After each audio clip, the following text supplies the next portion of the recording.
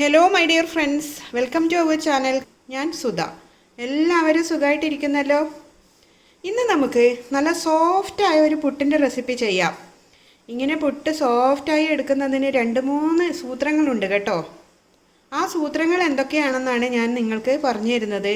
നമുക്കറിയാം, മലയാളികളുടെ ഏറ്റവും ഫേവററ്റായ ഒരു ബ്രേക്ക്ഫാസ്റ്റാണ് പുട്ടും കടലക്കറിയും, പുട്ടും പഴവും എന്നൊക്കെ. എങ്ങനെയാണ് വളരെ സോഫ്റ്റായിട്ട് പുട്ടുണ്ടാക്കുന്നതെന്ന് അറിയണ്ടേ? നമുക്ക് വീഡിയോ കാണാം.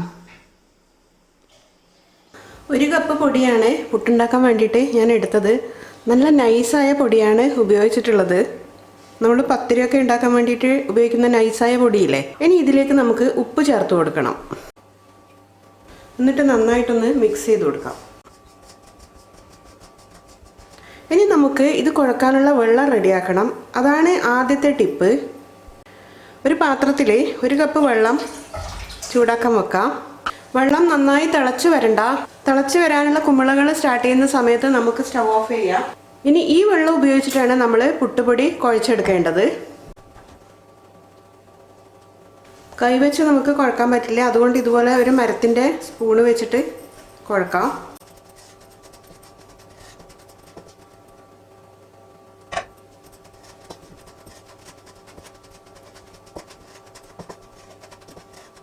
ഒരു കപ്പ് വെള്ളം മുഴുവനായിട്ട് ഉപയോഗിച്ചിട്ടില്ല. ഒരു 2 ടീസ്പൂൺ വെള്ളം മാത്രമാണ് ബാക്കിയുള്ളത്. ഇത് നമുക്ക് ചൂടൊക്കെ ആറിയതിന് ശേഷം കൈവച്ച് നന്നായിട്ട് കുഴക്കാം. ഇപ്പം നമുക്കിത് അടച്ചു വെക്കണം. ഒരു 10 മിനിറ്റ് ഇതുപോലെ അടച്ചു വെക്കണം. 10 മിനിറ്റ് കഴിഞ്ഞിട്ടുണ്ട്. ഇനി ഇത് കൈവച്ചിട്ട് നമുക്ക് നന്നായിട്ടൊന്ന് കുഴച്ചെടുക്കാം.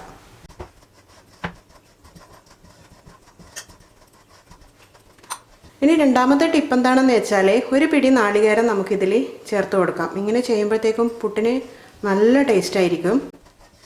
നമ്മൾ പുട്ടുപൊടി കുഴച്ച് കഴിഞ്ഞാൽ അതിൻ്റെ പാകം അറിയുന്നത് എങ്ങനെയാണെന്ന് വെച്ചാൽ, നമ്മൾ ഇതുപോലെ കയ്യിൽ ഒരു പിടി എടുത്തിട്ട് ഇതുപോലെ അമർത്തി കഴിഞ്ഞാൽ ഇതുപോലെ എല്ലാം ഒരുമിച്ച് കിടക്കണം. എന്നതിന് ശേഷം നമ്മൾ വിരൽ വെച്ച് വെറുതെ ഇങ്ങനെ ആക്കുമ്പോഴത്തേക്ക് മുഴുവനായിട്ട് അങ്ങ് പൊടിഞ്ഞു പോകുകയും വേണം. ഇതാണ് അതിൻ്റെ കറക്റ്റ് പാകത്തിലുള്ള കുഴ. ഇനി മൂന്നാമത്തെ ടിപ്പാണ് ഏറ്റവും ഇമ്പോർട്ടൻ്റ്. ഇതുപോലത്തെ മിക്സിയുടെ ചെറിയ ഗ്രൈൻഡർ ജാർ എടുക്കുന്നു. അതിലേക്ക് നമ്മൾ ഈ പുട്ടുപൊടി ഇട്ട് കൊടുക്കുന്നു. കുറേശ്ശായിട്ട് ഇട്ട് കൊടുത്താൽ മതി, മുഴുവനായിട്ട് ഇട്ട് കൊടുക്കരുത്. ഒരു 1-2 പൾസ് മാത്രം മതി, അല്ലാതെ മുഴുവനായിട്ട് കറക്കി എടുക്കരുത്. അപ്പോൾ അങ്ങനെ ചെയ്തിട്ട് നമുക്ക് ഈ പുട്ടുപൊടി എടുത്തു കൊണ്ടുവരാം. ഇതേ പാത്രത്തിൽ തന്നെ ഇട്ടാൽ മതി. നമുക്ക് ഈ പുട്ടുപൊടി ഒരു ഭാഗത്തേക്ക് ഇതുപോലെ മാറ്റി കൊടുത്തതിന് ശേഷം ഈ ഒഴിഞ്ഞ ഭാഗത്ത് ഇങ്ങനെ പൾസ് ചെയ്ത് കൊണ്ടുവരുന്ന പുട്ടുപൊടി നമുക്ക് ഇട്ട് കൊടുക്കാം. അപ്പം ഞാനിത് പൾസ് ചെയ്തെടുത്തിട്ട് കൊണ്ടുവരാം. ഒരു പൾസിന് ശേഷം ഞാൻ എടുത്തതാണിത്. ഇത് കണ്ടില്ലേ, നല്ല പൂ വതറിയ പോലെയാണ് ഇപ്പോൾ ഇതിൻ്റെ ആ ഒരു കൺസിസ്റ്റൻസി എന്ന് പറയുന്നത്. ഇങ്ങനെ പൾസ് ചെയ്യുമ്പോൾ മാത്രമാണ് ഇങ്ങനെ കിട്ടുന്നത്, അല്ലാതെ നമുക്ക് ഇങ്ങനെ കിട്ടില്ല. അതുപോലെ ഒറ്റ കട്ടകൾ പോലും ഇതിൽ കാണില്ല. ഇനി നമുക്ക് ഈ പാത്രത്തിൽ തന്നെ ഒരു സൈഡിലോട്ടേക്ക് ബാക്കിയുള്ള പൊടി ആക്കിയിട്ട് ഇപ്പോൾ പൾസ് ചെയ്ത പൊടി ഇതിലേക്ക് ഇട്ട് കൊടുക്കാം.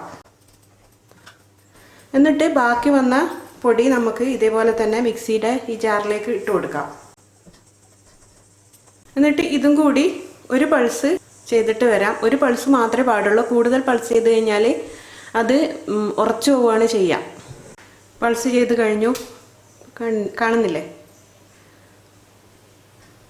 അപ്പോൾ നമ്മുടെ പുട്ടുപൊടി റെഡി ആയി കഴിഞ്ഞു. ഇനി നമുക്കിത് ഉണ്ടാക്കാൻ വേണ്ടി തുടങ്ങുകയാണ് വേണ്ടത്. പൾസ് ചെയ്യുന്നതിന് മുന്നേയും പൾസ് ചെയ്തതിന് ശേഷമുള്ള പുട്ടുപൊടീൻ്റെ ആ ഒരു സ്ട്രക്ചർ നമുക്ക് കാണാൻ പറ്റുന്നില്ലേ?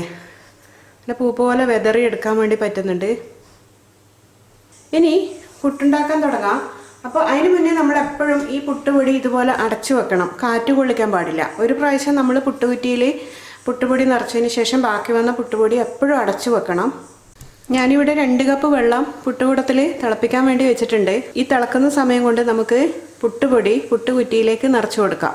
അപ്പം ഞാനിവിടെ കുറച്ച് നാളികേരം ചിരകി എടുത്തിട്ടുണ്ട്. ആദ്യം തന്നെ നമ്മുടെ പുട്ടുകുറ്റിയിലേക്ക് ചില്ലിട്ട് കൊടുക്കണം. ചില്ല് മറന്നു പോകരുത്. അതിനുശേഷം 1 ടീസ്പൂൺ നാളികേരം ഇതിലേക്ക് ചേർക്കുക. എന്നതിന് ശേഷം നമ്മൾ തയ്യാറാക്കി വെച്ചിട്ടുണ്ടായിരുന്ന പുട്ടുപൊടി ഇതിലേക്ക് നിറച്ചു കൊടുക്കാം. 2 പിടി പൊടിയാണ് ഞാൻ ഇതിലേക്ക് നിറച്ചത്. അതിനുശേഷം 1 ടീസ്പൂൺ നാളികേരം ചേർത്ത് കൊടുക്കാം. പിന്നീട് നമുക്ക് പൊടി നിറച്ചു കൊടുക്കാം. ഒന്ന് ചെറുതായിട്ട് പ്രസ് ചെയ്യാനേ പാടുള്ളൂ, തള്ളി കൊടുക്കരുത്. പിന്നീട് വീണ്ടും നമുക്ക് നാളികേരം ഇട്ട് കൊടുക്കാം. എന്നിട്ട് പൊടി ഇട്ട് കൊടുക്കാം. അപ്പോൾ 3 കഷ്ണം പുട്ടാണ് ഇതിൽ ഇങ്ങനെ റെഡിയായത്. ഒന്ന് ചെറുതായിട്ട് പ്രസ് ചെയ്യാനേ പാടുള്ളൂ, കൂടുതൽ പ്രസ് ചെയ്യരുത്. ടോപ്പിലായിട്ട് നമുക്ക് നാളികേരം വെച്ച് കൊടുക്കാം. എന്നതിന് ശേഷം ഏറ്റവും ടോപ്പിലുള്ള അടപ്പിട്ട് കൊടുക്കാം ഇതിൻ്റെ. അപ്പോൾ നമ്മുടെ വെള്ളം നന്നായിട്ട് തിളച്ച് കഴിഞ്ഞു. നമുക്ക് ഈ പുട്ടുകുറ്റി അതിലേക്ക് വെച്ച് കൊടുക്കാം. ഇനി നമുക്കിതിലൂടെ സ്റ്റീം വരുന്നത് വരെ വെയിറ്റ് ചെയ്യാം. സ്റ്റീം വന്നതിന് ശേഷം ഒരു 3 മിനിറ്റ് മതി. അപ്പോഴത്തേക്ക് പുട്ട് റെഡി ആയിക്കോളും. അപ്പോൾ സ്റ്റീം ഒന്ന് വരട്ടെ. നന്നായിട്ട് സ്റ്റീം വന്ന് തുടങ്ങി.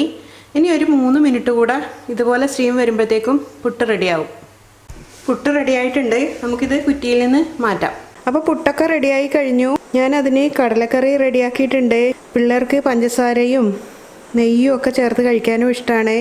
ഞാനതൊന്നും ചേർത്ത് കഴിക്കാറില്ല. അപ്പോൾ നമ്മുടെ പുട്ട് വെറുതെ കഴിക്കാൻ തന്നെ വളരെ ടേസ്റ്റിയാണ്. ഞാൻ ചിലപ്പോൾ പുട്ട് വെറുതെ എടുത്ത് കഴിക്കാറുണ്ട്, ഒന്നും ചേർക്കാതെ തന്നെ. പുട്ടിൻ്റെ ഈ വീഡിയോ നിങ്ങൾക്ക് ഇഷ്ടപ്പെട്ടിട്ടുണ്ടാവുമെന്ന് വിചാരിക്കുന്നു. ഇഷ്ടപ്പെട്ടിട്ടുണ്ടെങ്കിൽ ഒന്ന് ലൈക്കും ഷെയറും ചെയ്യുക. അതുപോലെ ഒന്ന് സബ്സ്ക്രൈബ് ചെയ്യുക. ആ സബ്സ്ക്രൈബിന് ശേഷം വരുന്ന ബെല്ലൈക്കൺ കൂടി ഒന്ന് പ്രസ് ചെയ്യുക.